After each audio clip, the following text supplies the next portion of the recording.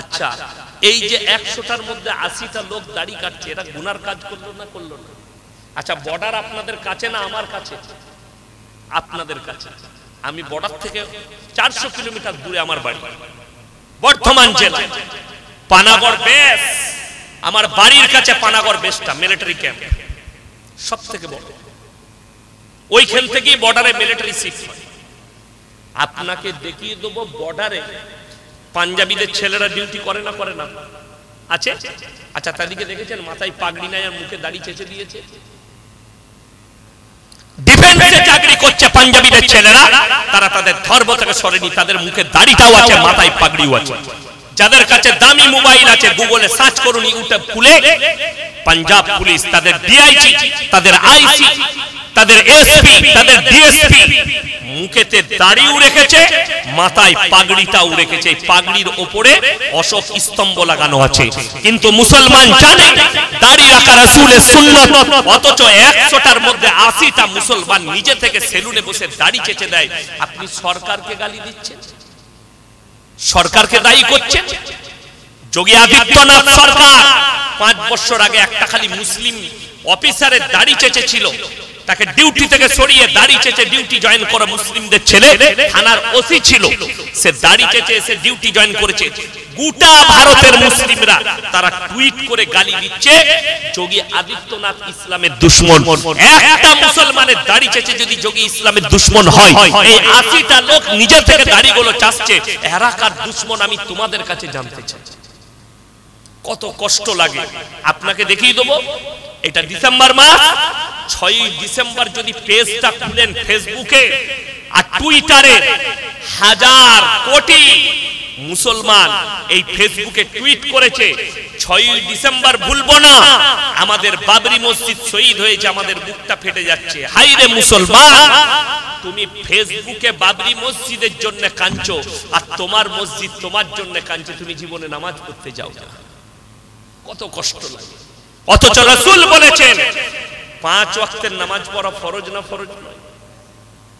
আপনাকে মুসলমানের হালটা বলে দিই, সবাই হাত তুলে বলুন তো, আজ থেকে 5 ওয়াক্তের নামাজি হব, জোরে বলুন ইনশাআল্লাহ। হালটা হচ্ছে 3টে কোয়ালিটির নামাজি আছে আমাদের সমাজে। কটা বললাম? 3টে। এক হচ্ছে 5 ওয়াক্তের, এক হচ্ছে জুম্মার, আর এক হচ্ছে ঈদ আর বকরা ঈদ। এই যারা ঈদ আর বকরা ঈদে নামাজ পড়ে, এই মাল কটা ঈদের দিনে বেশি লাপায়? লাপাই না? লাপাই না? হ্যাঁ, নামাজ দাঁড়ানোর আগে হুজুর একটু নিয়তটা বলে দিয়ে, আমি 15টা গ্রাম একসাথে নামাজ পড়াই, আমি তাদের ইমাম।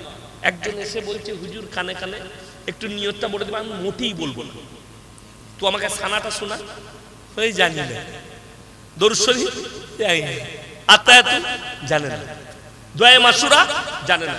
আমরা তুই খালি মাথা ঠুকবি, তোর নামাজ হয়ে যাবে, তোকে কিচ্ছু করা লাগবে না। কেন? আমরা তোর নামাজ তো এমনিও হবে না, নিয়ত নিয়ে কি করবি? আচ্ছা, যারা 5 ওয়াক্তের নামাজি তাদেরকে নিয়ত বলা লাগবে? প্রয়োজন নাই। কিন্তু ওই মাল কটাই লাপায়, অথচ সে ভাবে আমি ঈদ আর বকরা ঈদ করলাম, আমার মতো দামি মুসলমান কেউ নেই। আপনি চায়ের দোকানগুলো দেখবেন গঙ্গারামপুরে, পতিরামে কিছু মাল আছে মুসলিমদের ছেলে লোক, জীবনে নামাজ রোজা করে না, কিন্তু চায়ের দোকানে ফুটানি শুনলে মনে হবে এর মতো ওলি আর কেউ নাই। বলে নামাজ না পড়তে পারি, আমার মতো লোকই পাবি না। এই মাল আছে না? গাদা নামাজ পড়ে না কিন্তু ভালো লোক। তারা কান খুলে শোনো, কিয়ামতের দিনে দুটো দল, একটা জান্নাতে যাবে আর একটা জাহান্নামের দিকে যাবে। জান্নাতীরা জাহান্নামীদেরকে প্রশ্ন ছুড়ে দিবে, ফি জান্নাতি ইয়াতাসালুনা নিল মুজরিমিনা মা সালাকাকুম ফি সাকার, তোমরা কেন জাহান্নামে যাচ্ছ? তোমরা বলতে আমরা পাড়ার ভালো লোক, আমরা তো সম্মানী লোক, আজকে কেন জাহান্নামে যাচ্ছ? আমার ভাইয়েরা কান খুলে শুনে নেন, তাদের 1 নম্বর উত্তর হবে ক্বালু লাম নাকু মিনাল মুসাল্লিন, আমরা নামাজি মুসল্লিদের মধ্যে ছিলাম না, আল্লাহ আমাদেরকে জাহান্নামে পাঠিয়েছে। তারা দুঃখের সঙ্গে বলবে, কেনে কেনে বলবে যে আল্লাহ আমাদেরকে এই কারণে জাহান্নামে পাঠিয়েছে। ক্বালু লাম নাকু মিনাল মুসাল্লিন ওয়া লাম নাকু নুতিমুল মিসকিন, আর আমরা মিসকিনকে খানা খাওয়াইতাম না, আল্লাহ তাই আমাদেরকে জাহান্নামে পাঠিয়েছে। ওয়া কুননা নাখুদু মাল খাইদিন, এটা বড় প্যাথেটিক আর মারাত্মক। তারা বলবে আমরা দাড়ি টুপি নামাজি মুসল্লিদিকে দেখে হাসি ঠাট্টা বিদ্রুপ করতাম, তাই আল্লাহ আমাদেরকে জাহান্নামে পাঠিয়েছে। অনেকজন দাড়ি দিয়ে হাসি ঠাট্টা করে না করে?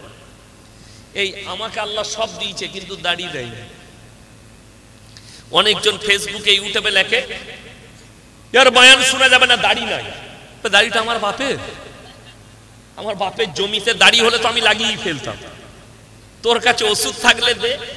শরীর, আকৃতি, খাওয়া দাওয়া সব আল্লাহর তরফ থেকে, ঠিক কি না? এই আমাকে দেখছেন, আমার যে গাড়ি চালিয়ে নিয়ে এসছে ওটা আমার ভাই হয় সম্পর্কে, ওর বেটাও আমার মতন শরীর, আয়ার নাম, খাইও ভালো, আল্লাহ শরীর স্বাস্থ্য দিয়েছে মারাত্মক, একদম হাট্টা গাট্টা। আমি তাকে বলেছি তুই একদম আমার মতো, এইরকমই মোটা সোটা। তো আল্লাহ তাকে আকৃতি দিয়েছে। আল্লাহ আকৃতি কে দান করে? আল্লাহ। দাড়ি, এই যে ভাই সাহেব বসে আছে ওনার দাড়ি দেখে আমার লোভ লাগছে, তো দাড়িগুলো লিয়ার হলে তো খানিক ধার নিয়ে নিতাম, কিন্তু ওটা লিয়া যাবে? আল্লাহ উনাকে দিয়েছেন, ইনাকে দিয়েছেন, উনাকে দিয়েছেন, আমাকে আমার মতন দিয়েছে, যেটা আল্লাহর ইচ্ছা। ওই জন্য এই দাড়ি নিয়ে, শরীর নিয়ে কেউ কুর্তি করবেন না কেউ। তারা কিয়ামতের দিনে বলবেন আমরা নামাজি মুসল্লি দাড়ি টুপিওয়ালাদের হাসি ঠাট্টা মজাক করতাম, তাই আল্লাহ আমাদেরকে আজকে জাহান্নামে পাঠিয়েছেন। সবাই নামাজি হব ইনশাআল্লাহ? জোরে বলুন না ইনশাআল্লাহ। আমার যুবক দিকে বলছি নামাজি হন। বেঈমান কাফেরের মেহনত হচ্ছে মুসলমানের চরিত্র যেন কোরআনের সাথে না হয়, মুসলমান সম্পর্ক যেন কোরআন থেকে ছিন্ন থাকে। ওই জন্যে এখন বর্তমানে দেখবেন অনেক মুসলিম যুবক স্কুল কলেজে পড়ে, নামাজ পড়ে না? পড়ে না, নামাজ পড়ে। আমি একটা জলসায় বলেছি, আজকে আবার বলে যাচ্ছি আপনাদেরকে, কোন মুসলিম সে ডাক্তার হোক, মাস্টার হোক, প্রফেসর হোক, ইঞ্জিনিয়ার হোক, আইপিএস হোক, ডিএসপি হোক, আইসি হোক, যতগুলো ডিগ্রি আছে সব হাসিল করো, আল্লাহর কসম করে বলছি যদি তার মধ্যে দ্বীন না থাকে আল্লাহর কাছে কোনো রকমের মূল্য পাবে না। যদি তার মধ্যে দ্বীন না থাকে, আর যদি তার মধ্যে দ্বীন থাকে, তার দুনিয়া আখিরাত দুটোই কামিয়াব, দুটোই কামিয়াব, দুনিয়া পরকাল দুটোই কামিয়াব। কেন? আল্লাহ তাকে দ্বীন দিয়েছে। দুঃখের সঙ্গে বলছি, আমার বর্তমানে এক ভদ্র মহিলা আমাকে ফোন করেছিলেন, তার স্বামী রামকৃষ্ণ মিশনে পড়াশোনা করেছে। জানেন, তার কাছে তার বাম্মা কোরআনের তালিম না দেওয়ার কারণে সে এখন চাকরি করে স্কুলে, কিন্তু সকালবেলায় উঠে গোসল করে রামকৃষ্ণর মূর্তিতে পুজো দিয়ে তারপরে স্কুলে যায়। সেই মহিলা আমাকে কি বলল জানেন? যে হুজুর কি করব? আমি বললাম ওকে কালমার দাও, যদি ফিরে না আসে তার সঙ্গে ঘর করা মুমিনা হিসাবে তোমার চলবে না, যেহেতু বিয়েটাই টিকবে না, বিবাহটাই টিকবে না তোমার, তাকে দাও। কি করব? থাকা চলবে না, অন্য স্বামী গ্রহণ করো, যেহেতু সে হচ্ছে কাফের, মুশরিক, আল্লাহ ব্যতীত অপরকে রব হিসাবে মেনে নিয়েছে, তাকে দ্বীন হিসাবে মেনে নিয়েছে। এই লোকটার দুনিয়া পরকাল দুটোই খারাপ। শিক্ষা হতে পারে। আল্লাহ ওই জন্য কোরআনে বলেছে বালহুম আদাল, চতুষ্পদ জন্তুর থেকেও কিছু লোক খারাপ হবে। আর আপনি আমি ভাবি আমি মানুষ রূপেও জানোয়ার আছে। কালকে আমি অনেকগুলো বিষয়ে আলোচনা করে দিয়েছি, আজকে আবার আমি আপনাদের কাছে ওই বিষয়টাই করব। কেন? প্রয়োজন আছে সমাজে। আজকে বেঈমান কাফেররা যেভাবে জাল ছুঁড়ে আপনাকে ঘেরেছে না, আপনি বেরোতে পারবেন। আপনি দেখলেন আজ থেকে পাড়ায় পাড়ায় মুসলিম দিকে দেখিয়ে দেবো। এই অনেক মুসলমান দোকানদার এই 25শে ডিসেম্বর কেক বিক্রি করে না?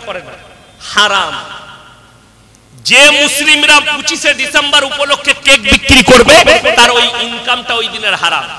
আপনি 24 তারিখ পর্যন্ত বিক্রি করুন, 25 তারিখে ফুল বন্ধ থাকতে হবে মুসলিমদের দোকান, 26 থেকে আবার বিক্রি করুন সারা বছর, অসুবিধা নেই। যে মুসলিমরা 25শে ডিসেম্বর কেক কিনে কেউ খাবেন না, জোরে বলুন ইনশাআল্লাহ। আজকে কত তারিখ? 23, কাল 24, পরশু 25, আপনি কালকে কিনে খেলেন, 26শে খাবেন, আজকে কিনে খান, 27শে 28শে খান। 25শে যদি জিদ করে কোনো মুসলমান কেক কিনে খায়, তুমি পদভ্রষ্ট, আল্লাহর কসম করে বলছি, এটা কোরআন আমার সামনে নামানো আছে, সূরা ফাতিহা একবারই শেষ আয়াত, গায়রিল মাগযুবি আলাইহিম ওয়ালাদ দাল্লিন। মাগযুব মানে ইহুদি আর দাল্লিন মানে নাসারা, এই দুটো দলই পদভ্রষ্ট, আর এদের যারা অনুসারী হবে তারাও পদভ্রষ্ট হবে। এটা কোরআন, আপনি মানতেও পারেন না মানতেও পারেন, আল্লাহ আপনাকে হিদায়াত দিলে আপনি মানবেন। আর যদি মনে করেন আমি জিদ করে খাবো, আপনি কিয়ামতের দিনে আপনার হিসাব দিবেন, আমি দিতে যাব না। কোন মৌলবি কারো হিসাব দিবে? দিবে না, আপনি আপনারটা দিবেন।